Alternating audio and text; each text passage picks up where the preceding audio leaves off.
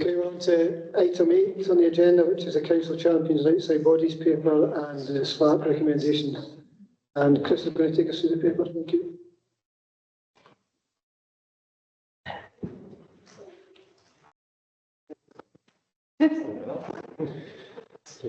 Thank you, Convener, and good morning, councillors.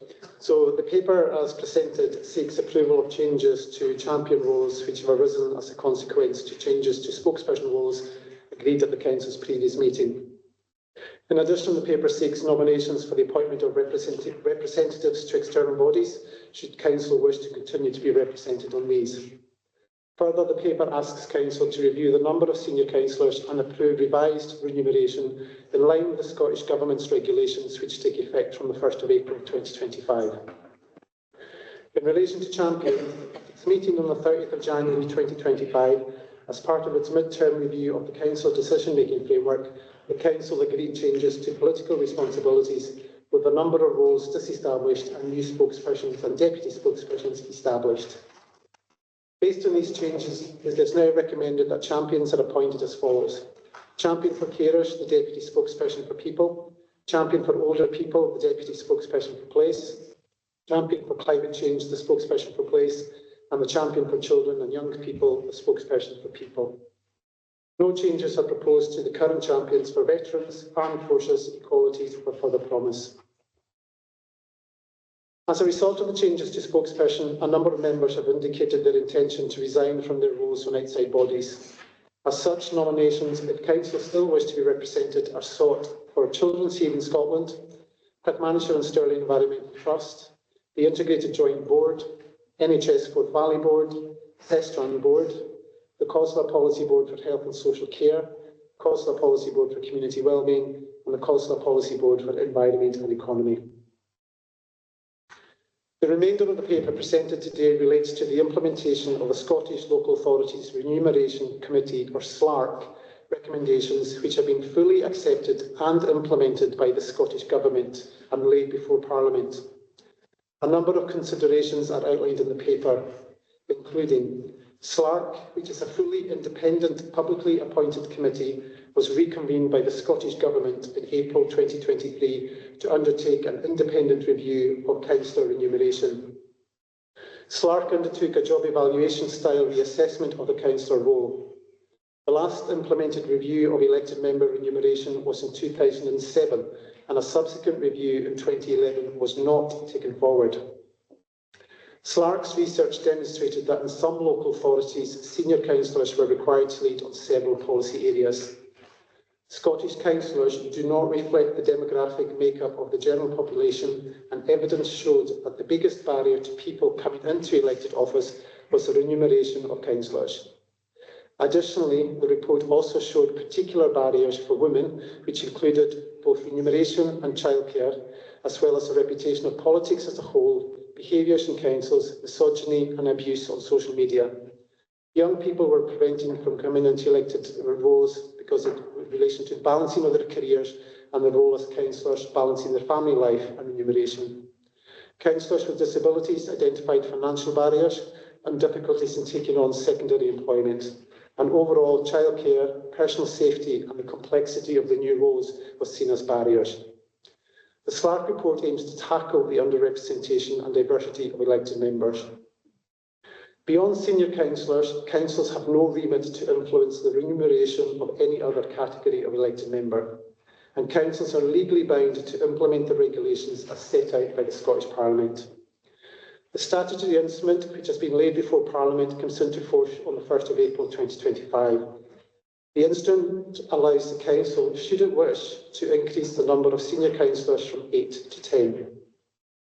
The total allocated budget in respect of Clackmannanshire Council for senior councillors is based on provisions laid out in paragraph 4, section 9 of the Local Governance of Scotland Act 2004, Remuneration Regulations 2007. Funding for these changes was included in the Scottish Government settlement for 25-26, and our service pressure reserve has an assumed element for members' remuneration.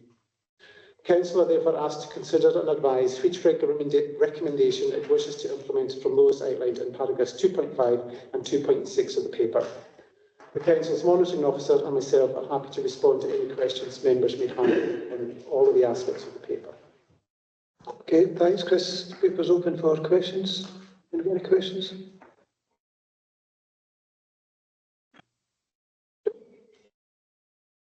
Okay, Chris. Councillor Lindsay to move the paper. Thanks, Commissioner. So the Council meeting in January 2025 is part of the mid-term review of Council's decision-making framework and Councillor responsibilities. The Council agreed changes to political responsibilities, including the roles of spokespersons. As Council spokespersons' roles are directly linked to some champions' roles, the purpose of this report is to seek Council's approval of consequential changes to the nominations for specific champions. As a result of the resignations of the elected members to some of the outside bodies, the Council has been asked to nominate elected members to these positions as appropriate. The paper also invites Council to consider the number of senior councillors and approve revised remuneration in accordance with regulations set by Scottish Government Ministers effective from the 1st of April 2025. So, just to be as clear as possible in moving this paper, I'm proposing that, one, we agree the consequential changes to the specific champions set out in the table at paragraph 3.3, and note that where there's been no change to political responsibilities, the champions will remain the same as set out in the table at paragraph 3.4, as Chris has already outlined. Two, we note the resignation of elected members to the roles of outside bodies as at 19th of March 2025, detailed in paragraph 3.6. And three, nominate the following elected members to the roles of outside bodies, again detailed in 3.6. And just for ease, I've produced a table. Nobody can accuse me of not going above and beyond of elected members within our administration that we propose to council appointment. So I'll read them through and then I'll present that to you and then you've got it, right? So the children's hearing, we would propose Councillor Fiona Law, Clackmannanshire and Stirling Environmental Trust, Councillor Scott Harrison, COSLA Policy Board Health and Social Care Member, Councillor Fiona Law, COSLA Policy Board Community Wellbeing Member, Councillor Graham Lindsay, Councillor Policy Board Environment and Economy Member, Councillor Scott Harrison, Integrated Joint Board Health and Social Care is Councillor Fiona Law, NHS Forth Valley Board Remunerated Position, Councillor Fiona Law, and Thestran South East Scotland Transport Partnership Board, Councillor Scott Harrison. So that is our nominations in that regard. So just to continue, now in relation to the SLARC, the implementation of the Scottish Local Authority Remuneration Committee, which is obviously SLARC recommendations, the rationale and process undertaken by an independent body are clearly outlined in the report, and Chris has really helpfully articulated that in the initial opening there. So alongside other key outcomes, the SLARC report aims to tackle the underrepresentation and diversity of elected members. The Scottish Government have accepted the pay and banding related changes recommended by SLARC, and the uplift has now been approved as part of the recent budget agreed by Parliament. Now the uplift in pay is fully funded, and councils are legally bound to implement the regulations as set out in the Scottish Parliament. Now, recommendation 2.6, as has been requested, we need to put our position forward. I'm proposing that we allocate the yearly amount payable by Clackmannanshire Council across all 8 senior councillors at 75% of leader's salary. We previously agreed a structure of 8 councillors, and there is nothing being proposed by us that changes that. And increasing the number without a complete restructure of roles and responsibilities wouldn't necessarily help to address or improve the efficiency of how we conduct our council business. So for that reason, we're continuing with 8 councillors, and that would be a 75% leader salary. So that's the proposal on behalf of the administration. Thanks. Thank you, Councillor Balsillie, second. Yeah, I'd just like to formally second the proposal by Councillor Lindsay and those positions outlined in the very artistic table that he's produced. I'd like to reinforce the point that we're continuing with 8 senior councillors. It will be, of course, open to the administration or our future administration to vary that to send 10 senior councillors, but we're sticking with the current status quo, as it were, 8 senior councillors.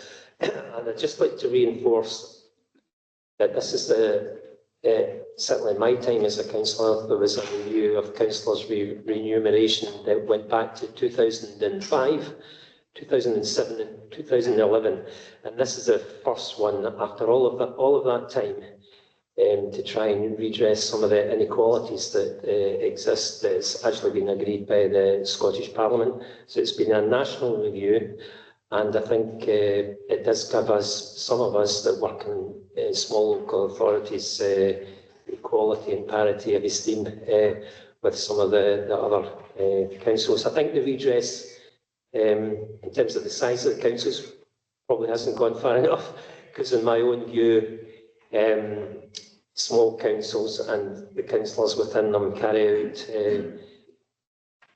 all of the functions of larger authorities and probably have a greater deal of stress, etc., put upon us. We just need to look at the items that we discussed today at council and the work that's been involved in that. So I'd just like to formally second the motion. Okay, thank you. The paper is now open for debate. Any wish to debate? Councillor Coyne. Thank you, Convener. While the timing may be less than optimal, given recent events, I still welcome the direction of travel.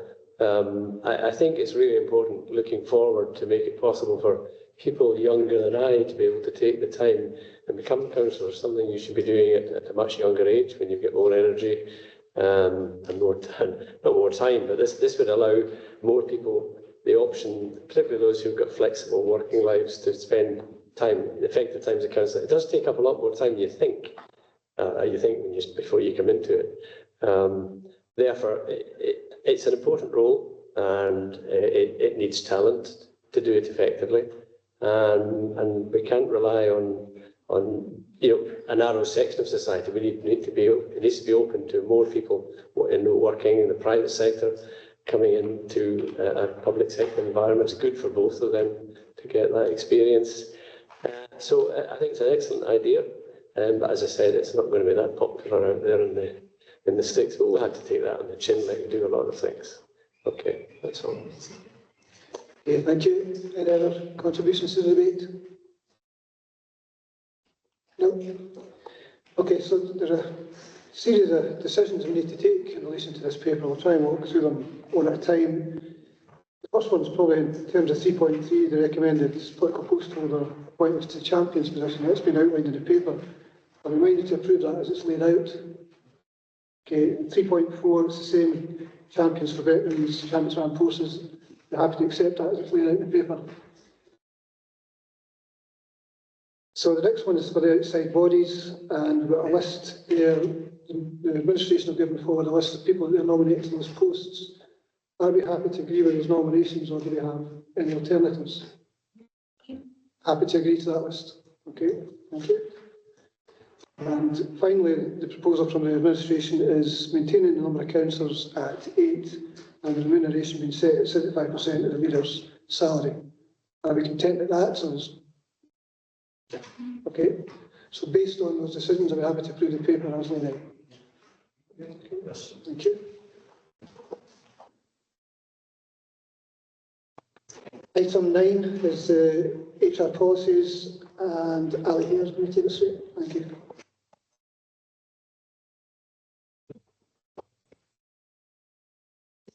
And good morning, members of council. Ever so just there. This paper presents for approval the council's new sexual harassment policy, developed as a consequence of the Worker Protection Act 2023, which is an amendment to the Equality Act 2010. This amendment introduces a new duty on employers to take reasonable steps to prevent sexual harassment of their employees during the course of their employment. As a result, the new policy and procedure presented today presents a mechanism by which issues of sexual harassment in the workplace can be addressed quickly and as fairly as possible. The policy sits as complementary to, and indeed alongside, the Council's grievance, dignity at work and equality policies, and is designed to promote a culture where sexual harassment is understood to be unacceptable, including by anyone in a position of authority, and where employees feel empowered to report issues where they are seen. This is, however, not the only mechanism which has been developed to support this important legislation, with the HR and Workforce Development team creating a new sexual harassment e-learning module and communication materials, which will be issued to employees should this policy be approved today. Whilst in itself the policy and procedure ensures that the Council is meeting its legislative duty under the Act, members should note that this work also contributes to the Clackmannanshire Violence Against Women and Girls Partnership, the Scottish Government's Equally Safe strategy, and the White Ribbon Scotland Pledge, a visual reminder of which we can all see on the placard signed by members and mounted to the wall at the exit to council chambers.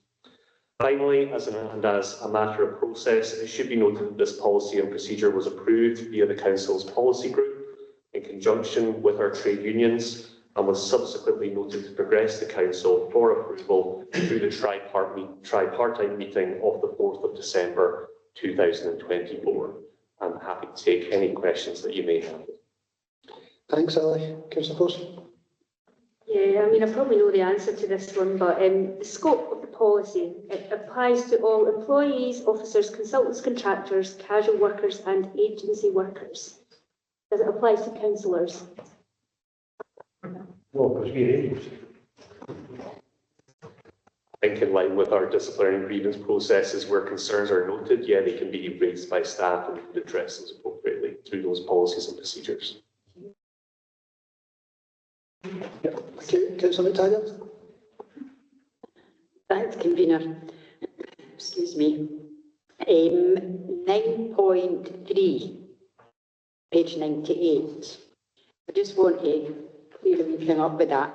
It says, where the alleged harasser does not work for us, it will not usually be appropriate to invite the individual to an investigatory meeting. Well, I'd imagine that goes without saying.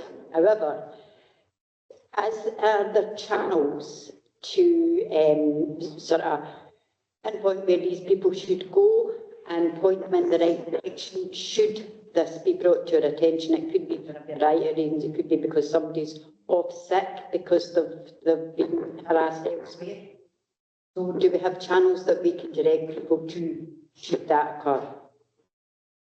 Councillor, can I just clarify, when you say people, are you meaning victims of sexual harassment? Yeah, so there's a range of supports that are offered through this and that we have for all staff that are a standard package that we support. A standard package that we give to all employees to support their mental health and wellbeing in the council, as well as meaning to say. Now that can range from informal meetings, that could be with PAM Assist, which is our employee support programme. That could also include access to the internal mediation service. It would just entirely depend on the severity of the incident as to what the most appropriate support for that staff member is, but we would look at that depending on the circumstance of each individual instance as it's brought to our attention. Can I just come back in for clarity? Sorry. I think what I actually meant was if somebody was to come to us or come to HR or whatever and say, I have been sexually assaulted, this has traumatised me. However, I haven't approached police or anybody else because I'm too scared and I've nobody to go with me, etc. Would we support that individual through these channels, regardless of whether they were an internal employee or an outside party? Yes, absolutely. Yeah. Yeah, but that is right, but only if they were an employee of the council. Yeah. Thanks. Councillor Rennie. Thanks, convener. It's a really difficult and complex area, I know, but in terms of sexual harassment, it's very rarely ever done in public. It's very rarely done around other people. It's not like it used to be in years gone by. It's usually incredibly insidious. It just builds up gradually, and it's things that often people feel really, well, I shouldn't say anything about that because it just felt really pointless. It doesn't seem like anything significant. But it can make somebody feel incredibly uncomfortable, but very hard to prove if somebody's not done it in full view of an office space or even with a third party involved. So how would you tackle instances like that where somebody's made a report but you've not got enough evidence to terminate somebody's employment or to take them under gross misconduct, but you know that there potentially could be and there's no corroboration? I think it's challenging to answer that because it would depend on the circumstances of the incident which we would be looking at and investigating.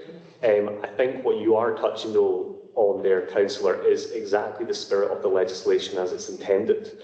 The Council has a robust series of policies and procedures that are around our grievance policies, our disciplinary policies, which would be used to address individual circumstances as they come up. The nuance here, though, with the spirit of the legislation is it's trying to embed a culture where those issues, where they are maybe seen or not understood or not addressed in the first instance, it's building up a culture where those are addressed proactively and they are addressed and understood that something that maybe might not be interpreted even by the offender as sexual harassment is understood to be sexual harassment. And through that, we can then go on to address those issues, be it informally, all the way up to more formal routes, depending on the incident. And that's the spirit of the legislation, and that's also what this policy seeks to embed within the Council itself. Apologies, Councillor Quinn, I skipped past you the last time then. Thanks, Convener. Is there any significant change in this compared to our current policies, or is this more just about making a separate policy to comply with legislation? Is there any kind of differences that you could point out about how we operate currently? Thanks. In a simple answer, no, because as I've just said, we have quite a robust series of policies sitting around our grievance policies, our disciplinary policies. What this seeks to do is add another layer onto them, which, yes, satisfies the legislation, but also, as I said in answer to Councillor Rennie, it's about the spirit of the legislation is embedding a culture where sexual harassment and the impacts it can have are understood by all employees. Now, that's when I emphasise in my introduction to this policy that not only are we intending to introduce the policy itself, which would satisfy the legislation, but we're also looking further than that as a council.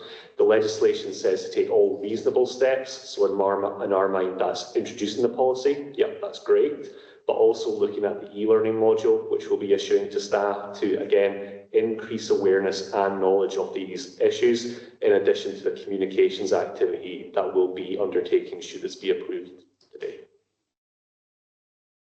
So, just say thanks very much for that. That's very good to hear. Thank you, Councillor Coyne. Thanks, Convener. Alistair, is there anything, and don't misunderstand where this is coming from, is there anything in the legislation, in the new change in new policies, which weakens the position of the person falsely accused?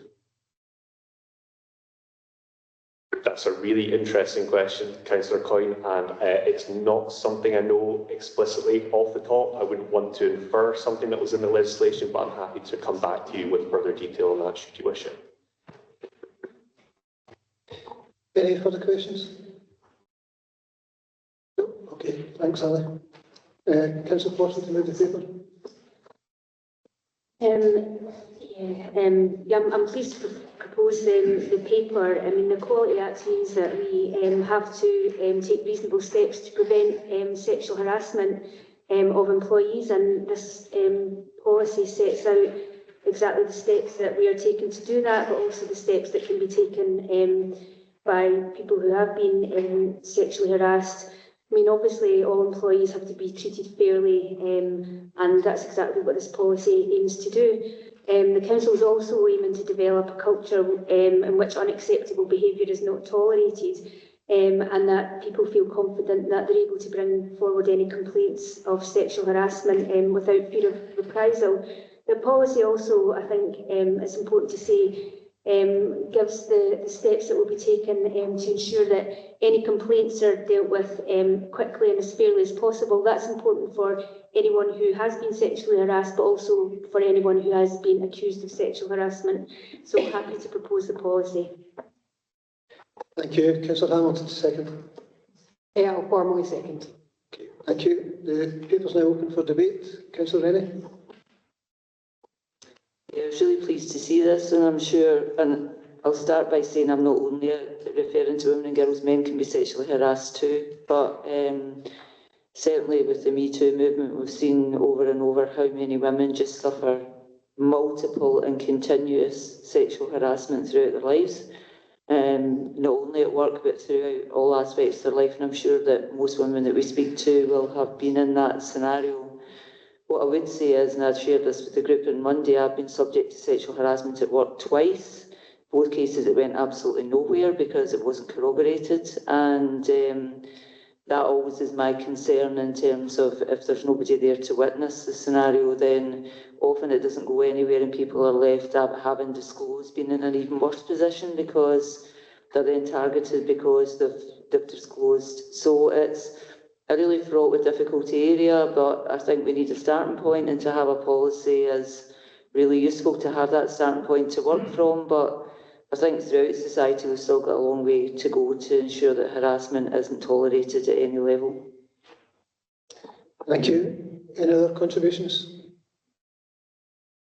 Or support? Do you want the opportunity to sum up on that? No. So the paper's asked us to note the attached Equality Fair of Scotland Impact Assessment at Appendix B and to agree the policy and procedure as laid out in the paper. Are you happy to approve? Thank you. Last item on today's agenda is the Community Wealth Building Second Progress Report paper, and Kevin, please. Thank you, convener and members. I'd like to just give an apology first of all. There's a slight omission in paragraph 3.5, but I'll cover that in terms of my introduction. The paper in front of members today is our Community Wealth Building Second Progress Report. This gives an update on the work that we have championed here in Clackmannanshire around about community wealth building throughout our county, alongside a number of our anchor partners. This demonstrates good progress against those commitments we set as a council and partnership around about our community wealth building and action plan against the 5 pillars. The report itself highlights, there's a helpful summary on page 131 of the report around about the RAG status of our actions. We had 21 actions associated with the plan. 13 of these actions have been marked green, 7 is amber, and only 1 marked as red, which we are continuously working on. There are notable examples where we can highlight progress made, in particular the efforts by Diageo and OI in terms of taking on local apprentices, especially targeting young females into apprenticeships. The key output of this work progressed through the Family Wellbeing Partnership, seeing that work connect up with this other agenda and seeing the interconnectedness of our collective efforts. The next bit in paragraph 3.5, just to highlight what the mission was, is around about the continued community developments, such as the work towards the asset transfer for Saughey Hall, but also to mention the work being progressed for the asset transfer against Ben Clook, both of which are progressing positively with our local communities. The report highlights that one action that was deemed as red, number 15, in terms of unlock the space for small businesses and social enterprises. We will continue to work on this element going forward. It's important to highlight that in terms of our work against the Community Wealth Building Action Plan, it connects in with a number of other areas, particularly around about our economic development work and that regional work that we're doing around about this arena. And this does connect well with our obligations around about the National Strategy for Economic Transformation. Clackmannanshire continues to be a beacon for community wealth building, and we are often used as a good example of this work nationally and across the country. And we continue to play a role sharing our journey. Whilst we are very much seen as good practice, there is still a great deal of work to be done. and we will continue to work with our anchor partners in terms of developing and taking forward this work. Members, the report is attached within this paper, and I'm happy to take any questions. I've also got my colleague Paul Morris here for any additional questions.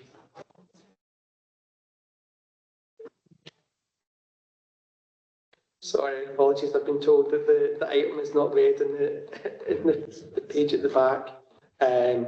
Apologies, that's an error in terms of the colour coding.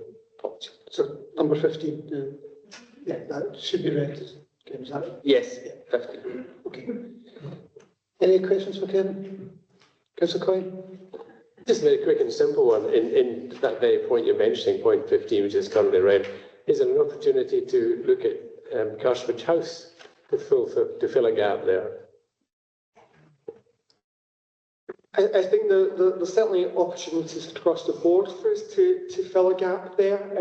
In that sense, there is a lot of work being done, even in terms of when I think about our work against the City Region deal and what we're hoping for Greenfield House and how we can develop small start-up businesses and enterprises, how we work alongside our social enterprise network in terms of developing that, as well as how we look at our own asset strategy longer terms and how that can be utilised to spearhead and encourage and nurture new business start-ups in that sense. So that I think there's a wealth of opportunity available to us, member. Thank you. Councillor McTaggart? Thanks, convener. You've just actually touched on the question that I was going to ask. The asset management strategy, I mean, that's an ideal opportunity for us to establish something really quite exciting through the council. So are we concentrating fully on how we can redeploy, let's say, the way that we deliver our services and open up space for small businesses, encouraging small businesses and social enterprises? Thanks, Kevin. Thank you, Councillor McTaggart. In terms of that one, absolutely. I think our asset management strategy will help provide that strategic framework in which we can look at what we have in terms of assets, try and look at how we strategically develop those assets and encourage the maximum use of those for our economic and community benefit here. Councillor Harrison? Thanks. Kevin, you name-checked a couple of our major employers in the area. How do we as a council get them to share what they're doing with the smaller employers, kind of all the way down to kind of new startups? How are we encouraging them to share what they do? Thanks, Councillor. And I may call on my colleague to come in and add to the commentary that I'll give in that sense. We do regularly engage with some of our major employers, and we do encourage them to participate in our economic forums and employers various different frameworks in which are, sorry, not frameworks, but structures that we have to bring employers together and share their experience and look at that. But I'm going to ask my colleague to come in and add more value to the introduction I've given here. Yeah. Jesus with me.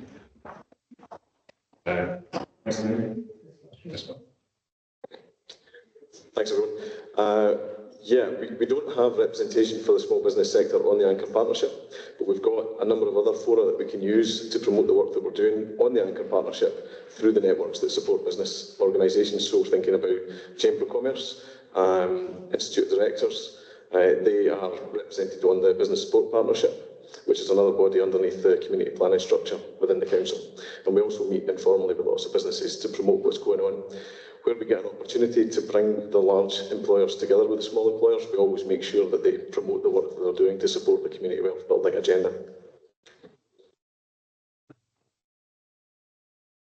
How successful do you find that with the larger employers, getting them to the table?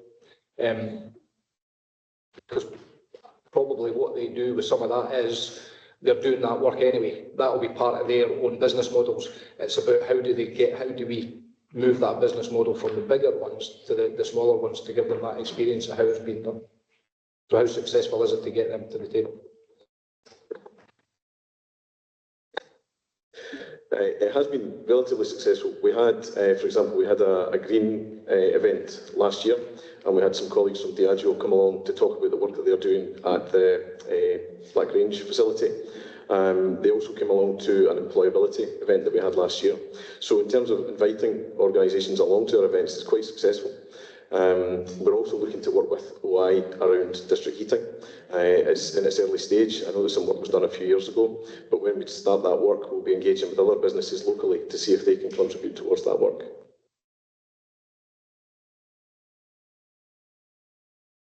Thank you. Any other questions? If not, thank you, Kevin. Councillor Forson to read the paper. Yeah, I'm pleased to propose the paper which provides an update on the significant progress we've made in delivering community wealth building. It's an approach that is reshaping our local economy to work better for the people of Clackmannanshire. As Kevin outlined, and I didn't really know the word to use actually, but he said beacon. Clackmannanshire is seen as a bit of a beacon in this work. We were one of the first pilots for the Scottish Government, and we receive requests to provide details of the work that we're doing on a regular basis. In fact, I think next month we've got some visitors who are coming all the way from Korea to talk about our community wealth building journey and to see what they can learn from Clackmannanshire. So I think that's quite important to highlight. As we know, at its heart, community wealth building is about keeping wealth in our communities. It's about creating good jobs and supporting local businesses. It's also about ensuring public assets and investments benefit local people and not just the big businesses. And really it's about fairness, opportunity and resilience. Since launching our Community Wealth Building Action Plan, we have taken major strides across 5 key areas. We have been actively supporting local businesses and social enterprises. We've been helping them to thrive, grow and create more jobs. More startups are now benefiting from tailored business support, and we've introduced new funding routes back to community-led enterprises. In fact, I think there was a report out last year that said Clackmannanshire was the best place in Scotland for new startup businesses, so I think that's something that we should be very proud of. Of course, there's always more to do in this area, and we need to keep the focus on this. We need to make money work for Clackmannanshire. Instead of wealth flowing out of our area, we're working to keep financial power locally. We've built stronger relationships with local credit unions and community banks, not just local ones, the national ones, trying to ensure that residents and small businesses have access to fair funding. And we're making sure that public investments, where possible, align with ethical and community-focused priorities. We're working to create better paid jobs, but fairer jobs. As we all know, a thriving local economy needs good jobs, and we are making this a priority. We're championing fair wages and inclusive employment, not just within the council, but across local businesses. And as Kevin highlighted, OI and Diageo were able to share some of the work that they've been doing in this area. We've been working to develop new skills and training programmes with education and industry partners, ensuring that our local workforce is preparing for the jobs of the future. And our work in the Clackmannanshire Stirling City deal is quite key in this. Spending locally is really, really important when it comes to community wealth building. And that's how we spend our money as a council, but how other public sector organisations spend their money. So as a council, we've reformed our procurement processes to prioritise local businesses. We're making sure that more of Clackmannanshire council's budget stays in Clackmannanshire, but also stays in Stirling and Falkirk as the Forth Valley, because I think we recognise that local is not just Clackmannanshire for us. We're also asking for more community benefit clauses and contracts. We're getting better at that, and we're getting more than just goods and services out of it. We're securing apprenticeships, training and investment in our local areas. I do think there's more that we can be doing there, and I think that we need to keep a focus on that too. We're trying to make the best use of public land and assets, so the land and buildings should serve communities, not sit empty, and that's why we've been focusing on transferring assets to community groups that can bring them to life. I think, as been highlighted in the questions, we also need to look at assets and, where suitable, how they can be used to encourage and nurture social enterprises and small businesses. And I think as part of the asset strategy, we should be coming up with a plan to do that. We know that none of this happens in isolation, so we're working hand in hand with communities, businesses and local partners through the Clackmannanshire Alliance, and we have been looking at developing the Forth Valley Regional Anchor Partnership to widen that out further. And I think the result of that is a shared vision. There's more collaboration and more opportunities for people to be involved and to shape the development of community wealth building. So looking ahead, there's much more to do. We need to keep building the capacity, supporting local groups and businesses so they can take full advantage of the opportunities. But we also have to be ensuring that we raise awareness, because not everybody's going to know what community wealth building is. So we need to keep on, pushing that forward and ensuring that more residents and businesses know how to get involved. From my perspective, I'd like to see more progress in developing the gender justice side of community wealth building. We know in Clackmannanshire women tend to be in poorer employment with lower wages, and we know the impact that that has on our local area. So it's a focus that we need to keep pushing forward. And I think we need to keep the momentum going, continuing to embed community wealth building in everything that we do as a council. So we've made real progress, but there's always more that can be done. But I think we do need to stay committed to the vision because we know the benefits that will bring to our local area. Thank you. Thank you. Councillor Lindsay, second. Thanks, Convener. Yeah, just fully happy to completely support the proposal of the leader. I think it's just really two things I suppose to say. I think the leader's championed this area, and I think it should be, a tribute to the leader in terms of trying to. She always pushes Clackmannanshire at every opportunity, but you can't not support an agenda like this. It makes it's an obvious thing to try and do, but in reality, it's not the easiest to pull it all together, to get the connections, to get big businesses in this area and other businesses to engage in this type of process. But it's happening, and again, we are leading the way. You wouldn't think it sometimes in terms of people's perceptions, and I think that comes back to the second point about that raising awareness, and talking about it yesterday in a convener meeting about how we continue to raise the profile of the work, the amazing work that we do in Clackmannanshire and how we lead the way. And I think that's the only thing is just to reinforce that point for me is how do we make people aware of the work that we are trying to do, that we are trying to put them at the centre of, generating and creating and sustaining wealth within Clackmannanshire. So absolutely supportive. You can't not be supportive of this, but it's just about how we work together and how we promote this to the wider communities, so that there's an understanding and a buy-in as well. So happy to second the support. Okay, thank you. The paper's open now for debate. Anybody wish to debate?